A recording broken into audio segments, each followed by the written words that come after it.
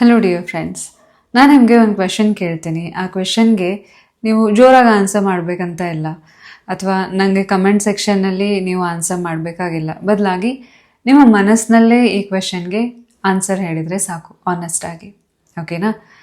So ಯಾರೋ ನಿಮ್ಮ ಗುರುತು ಪರಿಚಯದವರು ಮನೆ ತಗೊಳ್ತಾರೆ, ಅಥವಾ ನಿಮ್ಮ ನೆರೆಹೊರೆಯವರು ಹೊಸ ಕಾರ್ ತಗೊಳ್ತಾರೆ, ಅಥವಾ ಇನ್ನೂ ಯಾರೋ ನಿಮ್ಮ ಫ್ರೆಂಡ್ ಇಂಟರ್ನ್ಯಾಷನಲ್ ಟ್ರಿಪ್ ಮಾಡ್ತಾ ಇದ್ದಾರೆ, ಅಥವಾ ಸೋಷಿಯಲ್ ಮೀಡಿಯಾದಲ್ಲಿ ಒಂದು ಫ್ಯಾಮಿಲಿ ಫೋಟೋ ನೋಡ್ತೀರ, ತುಂಬ ಖುಷಿಯಾಗಿರುವಂಥ ಸೆಲೆಬ್ರೇಷನ್ಸ್ನ ನೋಡ್ತೀರ, ಅಥವಾ ಯಾರೋ ಒಬ್ಬ ವ್ಯಕ್ತಿ ತುಂಬ ನಗ್ತಾ ಇರೋ ಖುಷಿಯಾಗಿರುವಂಥ ಫೋಟೋ ಹಾಕಿರ್ತಾರೆ, ಅಥವಾ ತುಂಬ ಚೆನ್ನಾಗಿ ದುಡ್ಡು ಅರ್ನ್ ಮಾಡೋ ಒಂದು ಪ್ರಾಸ್ಪ್ಯಾರಿಟಿಯನ್ನು ತೋರಿಸುವಂತಹ ಲಕ್ಸುರಿ ಲೈಫ್ಸ್ನ ತೋರಿಸುವಂಥ ಫೋಟೋ ಹಾಕಿರ್ತಾರೆ. ಓಕೆನಾ?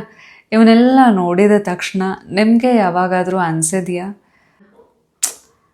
ನನ್ನ ಲೈಫ್ ಯಾವಾಗ ಚೇಂಜ್ ಆಗುತ್ತೆ? ಯೂನಿವರ್ಸ್ಗೆ ನಾನು ನೆನಪಿಲ್ವಾ? ಯಾಕೆ ಯೂನಿವರ್ಸ್ ಬರೀ ಬೇರೆಯವರಿಗೆ ಒಳ್ಳೇದು ಮಾಡುತ್ತೆ? ಯೂನಿವರ್ಸ್ ಕಣ್ಣಿಗೆ ನಾ ಕಾಣ್ತಾ ಇಲ್ವಾ? ಸೊ ಈ ರೀತಿ ಕ್ವೆಶನ್ಸ್ ನಿಮಗೆ ಕಾಡ್ತಾ ಇರುತ್ತೆ. ನೆನ್ಪಿಡಿ, ನಿಮಗೆ ಹೀಗೆಲ್ಲ ಅನ್ನಿಸ್ತಾ ಇದೆ ಅಂತ ಅಂದರೆ ನೀವು ಕೆಟ್ಟವರು ಅಂತ ಅಲ್ಲ, ನೀವೇನೋ ದೊಡ್ಡ ತಪ್ಪು ಮಾಡ್ತಿದ್ದೀರಿ ಅಂತನೂ ಅಲ್ಲ, ಅಥವಾ ನೀವು ಯಾರ ಯಶಸ್ಸನ್ನು ದ್ವೇಷ ಮಾಡ್ತಿದ್ದೀರಿ ಅಂತನೂ ಅಲ್ಲ. ಬದಲಾಗಿ ಈ ಸಣ್ಣ ನೋವು ನಮ್ಮ ಮನಸ್ಸಿನಲ್ಲಿ, ಆ ನೋವಿನ ಧ್ವನಿ ಯಾಕೆ ಕಾಡುತ್ತೆ? ಮನಸ್ಸು ಕೆಲವೊಮ್ಮೆ ವಿಚಿತ್ರವಾಗಿ ವರ್ತಿಸುತ್ತೆ. ಸೊ ಬೇರೆಯವರ ಬ್ಲೆಸ್ಸಿಂಗ್ಸ್ನ, ಬೇರೆಯವರ ಲೈಫ್ನಲ್ಲಿ ಆಗೋ ಒಳ್ಳೆಯ ಆಗು ಹೋಗುಗಳನ್ನು ನೋಡಿದಾಗ ಸೊ ಸಡನ್ನಾಗಿ ಲೆಕ್ಕ ಹಾಕ್ಲಿಕ್ಕೆ ಸ್ಟಾರ್ಟ್ ಮಾಡುತ್ತೆ. ಸೊ ಅವ್ರಿಗೆ ಇಷ್ಟು ಒಳ್ಳೆಯದಾಗಿದೆ, ಸೊ ನನಗೆ ಯಾಕೆ ಆಗ್ತಾ ಇಲ್ಲ, ನನ್ನಿಂದ ಯಾಕೆ ಆಗ್ತಾ ಇಲ್ಲ? ಸೊ ಈ ರೀತಿ ಒಂದು ಸೆಲ್ಫ್ ಅನಾಲಿಸಿಸ್ ಮಾಡ್ಲಿಕ್ಕೆ ಸ್ಟಾರ್ಟ್ ಮಾಡುತ್ತೆ. ತೀರಾ ಜಾಸ್ತಿ ಆದಾಗ ಓವರ್ ಥಿಂಕಿಂಗಿಗೆ ತಿರುಗಿ ನಿಮ್ಮ ಆತ್ಮವಿಶ್ವಾಸ ಇರಲಿ, ನಿಮ್ಮ ಮೇಲೆ ನಿಮಗಿರೋ ಪ್ರೀತಿ ಇರಲಿ, ಅವೆಲ್ಲ ಕ್ರಿಟಿಸಿಸಮ್ಗೆ ತಿರುಗುತ್ತೆ. ಅಷ್ಟೊಂದು ಆಳವಾಗಿ ವಿಚಾರ ಮಾಡೋ ಅಗತ್ಯ ಇಲ್ಲ. ಸೊ ಬೇರೆಯವರ ಬ್ಲೆಸ್ಸಿಂಗ್ಸ್ ನೋಡಿದ ತಕ್ಷಣ ಯೂನಿವರ್ಸ್ಗೆ ನೀವು ಒಂದು ಸಣ್ಣ ಮೆಸೇಜ್ ಕೊಟ್ಟರೆ ಸಾಕು, ಸೂನ್ ನೀವು ಅದನ್ನೇ ಅಥವಾ ಅದಕ್ಕೂ ಒಳ್ಳೆಯದನ್ನೇ ನೀವು ಮ್ಯಾನಿಫೆಸ್ಟ್ ಮಾಡ್ತೀರಿ. ಏನು ಅನ್ನೋದನ್ನು ಇವತ್ತಿನ ವಿಡಿಯೋದಲ್ಲಿ ತಿಳ್ಕೊಳ್ಳೋಣ. ಅದಕ್ಕಿಂತ ಮುಂಚೆ ನನ್ನ ಹೆಸರು Sanjana, I am a life coach and healer. ನಿಮ್ಮೆಲ್ಲರಿಗೂ believe achieve TV Kannada YouTube ಚಾನಲ್ಗೆ ಪ್ರೀತಿಯ ಸ್ವಾಗತ. ನಿಮ್ಮೆಲ್ಲರ ಪ್ರೀತಿಗೆ, ಕಾನ್ಸ್ಟೆಂಟ್ ಸಪೋರ್ಟ್ಗೆ ತುಂಬ ಥ್ಯಾಂಕ್ಸ್. ಇವತ್ತಿನ ವಿಡಿಯೋ ಸ್ಟಾರ್ಟ್ ಮಾಡೋಣ. Let's get started. ಇತ್ತೀಚೆಗೆ ನಮ್ಮ ಸಂತೋಷವನ್ನು ತಿಂತಾ ಇರುವಂಥ ದೊಡ್ಡ ಕಾಯಿಲೆ ಯಾವುದು ಗೊತ್ತಾ? ಕಂಪ್ಯಾರಿಸನ್. ನಿಮ್ಮ ಜೀವನವನ್ನು, ನಿಮ್ಮ ಖುಷಿಯನ್ನು, ನಿಮ್ಮ ಲೈಫ್ ಸ್ಟೈಲ್ನ ಎಲ್ಲವನ್ನ ತೊಗೊಂಡೋಗಿ ಬೇರೆಯವ್ರ ಜೊತೆ ಕಂಪೇರ್ ಮಾಡುವಂಥದ್ದು. ನೆನ್ಪಿಡಿ, ನಾವು ಯಾರು ಕಾಂಪಿಟೇಟರ್ಸ್ ಅಲ್ಲ, ಕಾಂಪಿಟೇಷನ್ ಇಲ್ಲ. ಬದಲಾಗಿ ಏನು, ನಾವೆಲ್ಲ ಕೋ ಕ್ರಿಯೇಟರ್ಸ್. ಅವ್ರವ್ರ ಲೈಫಿಗೆ, ಅವ್ರವ್ರ ಪಾಡಿಗೆ ಅವ್ರವ್ರ ಲೈಫ್ನ ಬಿಲ್ಡ್ ಮಾಡ್ತಾ ಇದ್ದೀವಿ. ಅಷ್ಟೊಂದು ವಿಷಯ ಹೇಳಿ, ನೀವು ಬೇರೆಯವ್ರ ಲೈಫನ್ನು ಅಷ್ಟು ವಿಶೇಷವಾಗಿ ನೋಡ್ತಿರಲ್ಲ. ಸೊ ಬೇರೆ ವ್ಯಕ್ತಿಗಳನ್ನು ತುಂಬ ವಿಶೇಷವಾಗಿ ನೋಡ್ತಿರಲ್ಲ. ಯಾಕೆ? ನಿಮ್ಮ ಲೈಫ್ನಲ್ಲಿ ಏನೂ ಒಳ್ಳೆಯದು ಇಲ್ಲಿ ತನಕ ಆಗೇ ಇಲ್ವಾ? ಯಾಕೆ ನಿಮ್ಮ ಜೀವನದಲ್ಲಿ ನೀವು ಖುಷಿನೇ ಪಟ್ಟಿಲ್ವಾ? ಯೂನಿವರ್ಸ್ ನಿಮಗೆ ಹಂಗಾರೆ ಬ್ಲೆಸ್ ಮಾಡೇ ಇಲ್ವಾ? ಮಾಡಿದೆ ತಾನೆ? ಯಾಕೆ ಹಂಗಂದ್ರೆ ಜಸ್ಟ್ ಬೇರೆಯವರ ಲೈಫ್ನ ಹೈಲೈಟ್ ನೋಡಿಕೊಂಡು ನೀವು ನಿಮ್ಮ ಜೀವನವನ್ನು ಕಡೆಗಣಿಸ್ತಿದ್ದೀರಿ, ಹೌದಾ?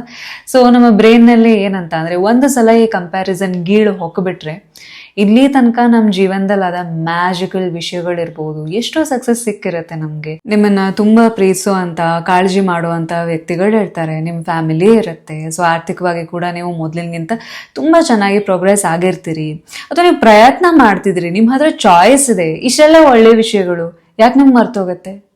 ಯಾಕೆ ಗೊತ್ತಾ? ನಿಮ್ಮ ಮನಸ್ಸಿಗೆ ಕಂಪೇರ್ ಮಾಡುವಂಥ ಈ ಒಂದು ಗೀಳು ಏನಿರುತ್ತಲ್ಲ, ಅದು ಹೊಕ್ಬಿಡ್ತು ಅಂತ ಅಂದರೆ ಅದು ಆ್ಯಕ್ಚುಲಿ ನಮ್ಮ ಲೈಫ್ನಲ್ಲಿರೋ ಬೆಳಕು ಅಥವಾ ಒಳ್ಳೆಯದನ್ನು ನೋಡುವಂಥ ಶಕ್ತಿ ಕಳೆದುಕೊಳ್ತಾ ಹೋಗುತ್ತೆ. ಬರೀ ಬೇರೆಯವ್ರ ಮೇಲೆ ಫೋಕಸ್ ಮಾಡ್ತಾ ಹೋಗುತ್ತೆ. ಇದ್ರ ಹಿಂದಿರುವಂಥ ಇನ್ನೊಂದು ರೀಸನ್ ಅಂತ ಅಂದರೆ, ಮನಸ್ಸು ಆದಷ್ಟು ಭಯವನ್ನು ಬೇಗ ಹಿಡ್ಕೊಳ್ಳುತ್ತೆ.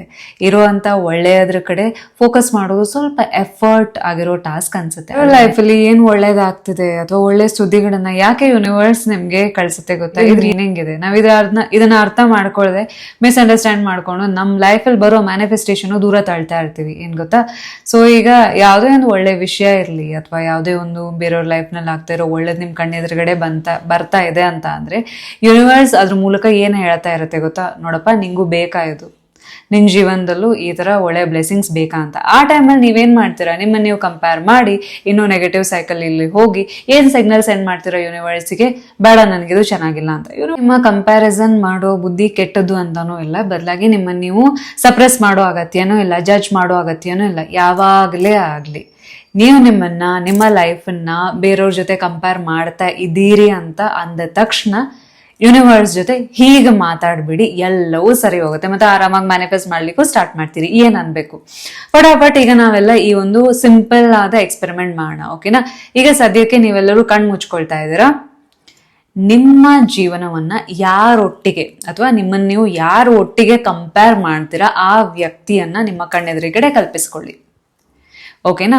ಈಗ ಕಲ್ಪಿಸಿಕೊಳ್ತಾ ಇದ್ದಂಗೆ ಈಗ ನಿಮ್ಮ ಮನಸ್ಸಿನಲ್ಲಿ ಏನೆಲ್ಲ ಭಾವನೆ ಬರ್ತಾ ಇದೆಯಲ್ಲ, ಬಿಡು ಅವ್ರು ಎಷ್ಟು ಲಕ್ಕಿ, ಅವ್ರಿಗೆ ಸಿಕ್ತು, ಯೂನಿವರ್ಸ್ ನೋಡು ನನ್ನನ್ನು ಅವಾಯ್ಡ್ ಮಾಡ್ತಿದೆ, ಏನೆಲ್ಲ ಭಾವನೆಗಳು ಬರ್ತಾ ಇದೆ, ಬರ್ಲಿಕ್ಕೆ ಬಿಡಿ ಆಯ್ತಾ? ಸಪ್ರೆಸ್ ಮಾಡಬೇಡಿ, ಬರ್ಲಿಕ್ಕೆ ಬಿಡಿ. It's okay, feel it.